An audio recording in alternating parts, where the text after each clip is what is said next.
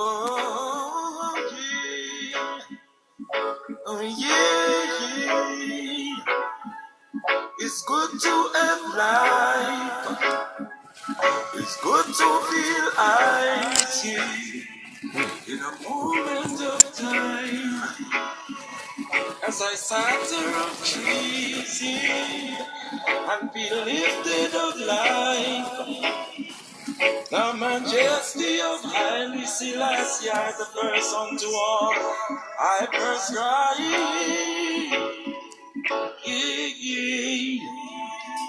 For I honor indeed, for I honor in life, giving thanks also to people that care for your life.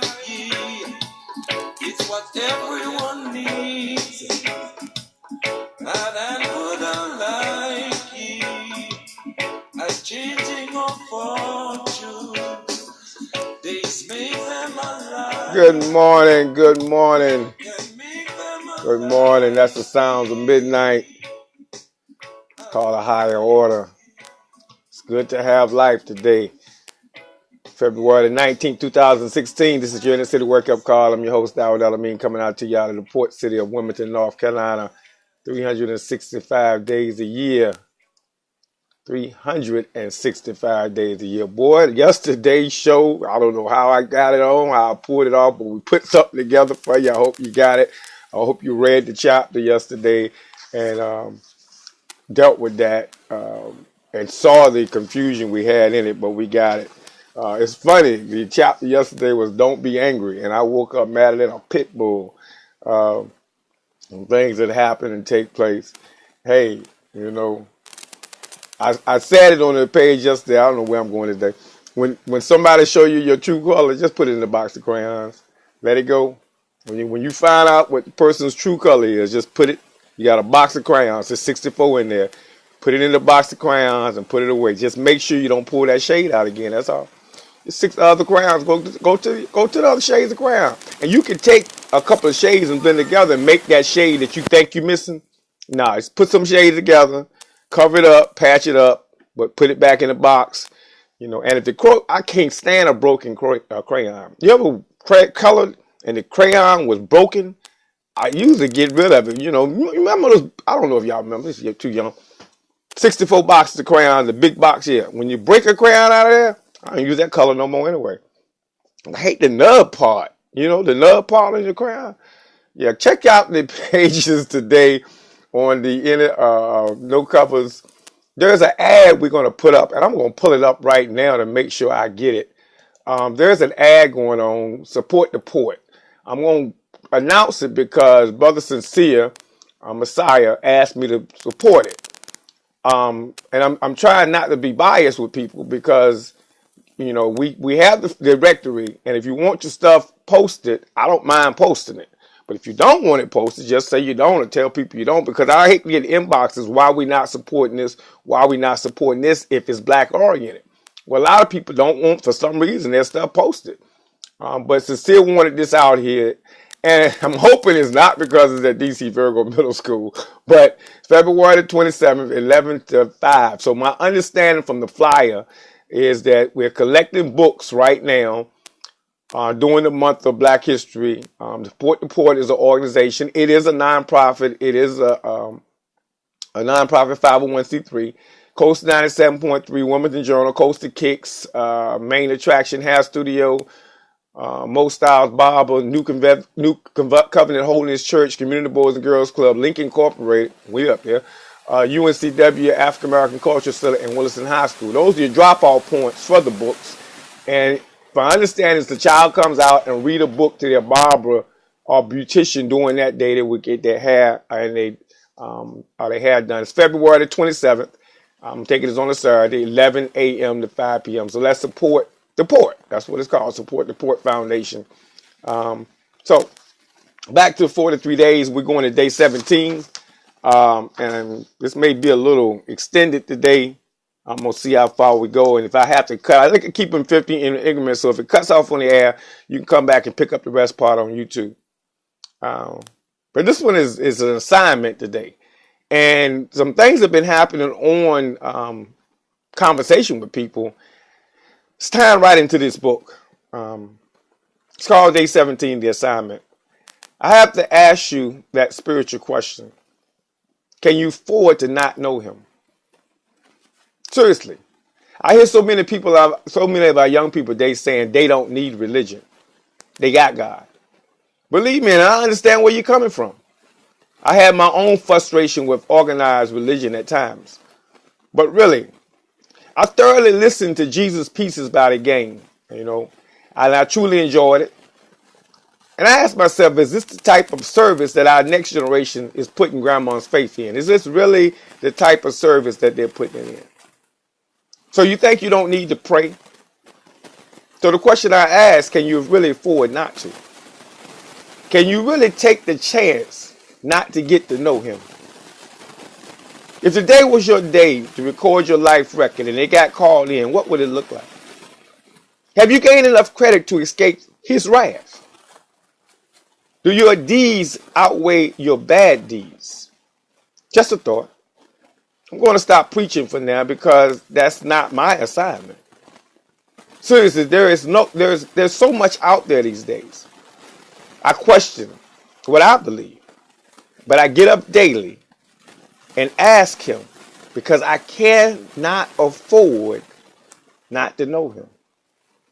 I've lived this life. I don't need anybody to show it to me. I tried it by myself for some time. I'm just saying. Know him.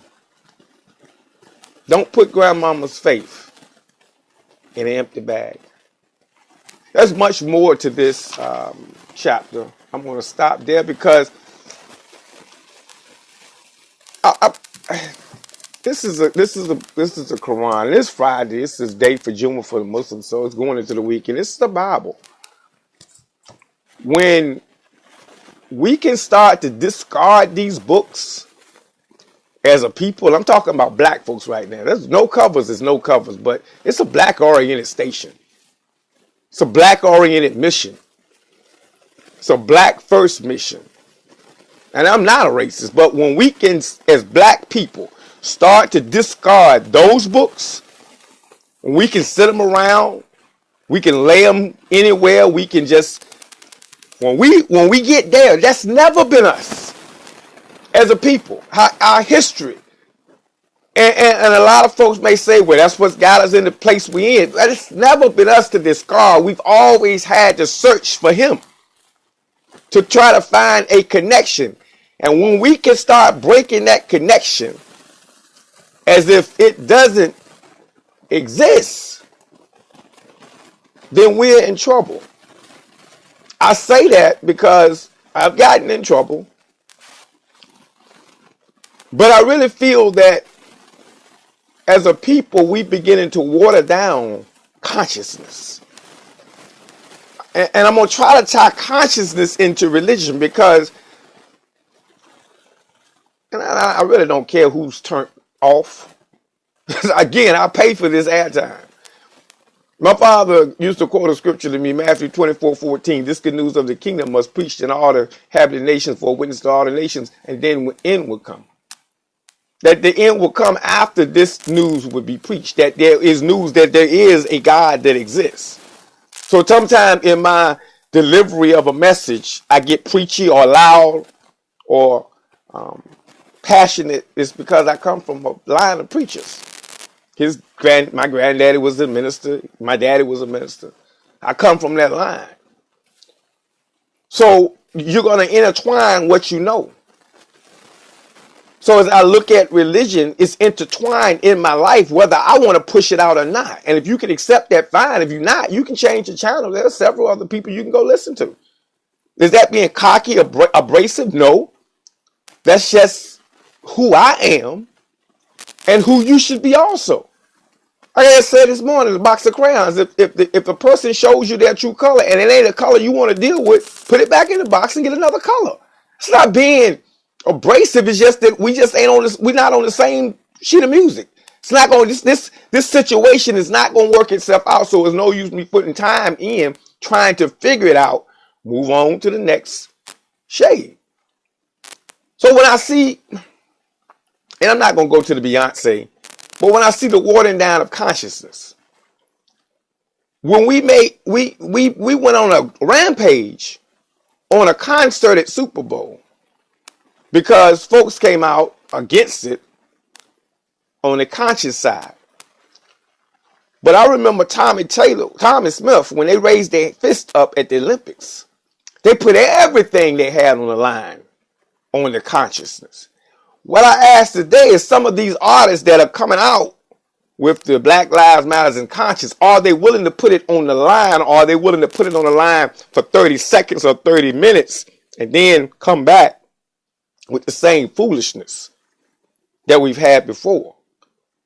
There have been artists that have put it on the line, Dave Chappelle, and never come back again because they put it all on the line. They put everything they had on the line. They didn't just claim it today and back away from it tomorrow. So if you're going to be conscious, you've got to be conscious on a daily basis. And when you're not there, and this is personal, when you're not there, you have to have the mindset to pull back because you can damage the whole movement. You can damage the whole way we're going as a people. You have to pull back, and when you get yourself together, you come back out. I've been there. I've been in a state when I wasn't in my total right facility as a human being. I have to pull back, get myself together, and then come back and hopefully don't fall back again, but keep moving in a forward motion because I had time to regroup and get myself together before I go out and represent any of these books, any of this faith. Because what happens is it damages the people to the point I see now, where our young people have no faith at all. They believe in themselves and no higher power that may be controlling this. So therefore, we're in a rut of a situation because we're expressing consciousness. We're expressing a belief. See, consciousness, the conscious movement, when we use the word consciousness, I put up the post the other day. I want you to go read it because a lot of times you have to read into what No Covers post. 1956, you had the FOI, the NOI, the Nation of Islam. In 1966, you had the Black Panther Party. If you look at those 10 years, and I want you to listen to me carefully, and I'm not beating up on the Panthers and trying to applaud the nation, but listen to me carefully. In 1966, you had a 10-point platform called What Do Muslims Want? What do Muslims believe? It was on the fact page of the Muslim of the Courier every week, and was on the back page. It was in Message to the Black Man, Message to the Black Man in America, a book that came out in 1965. But the message had been out in 1966 in the Pittsburgh Courier. In 1956, correct my date. All 9 years, the messenger of the Honorable Elijah Muhammad had been talking about 10 points.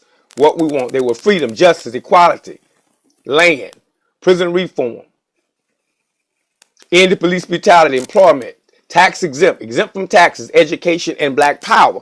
That's a summary of what they were. In 1966, the Black Panther Party comes out with a 10-point program. I applaud the Black Panther Party. You all that are raising the fist up to the Black Panther Party, we need to bring them back. Understand that the same program was out in 56.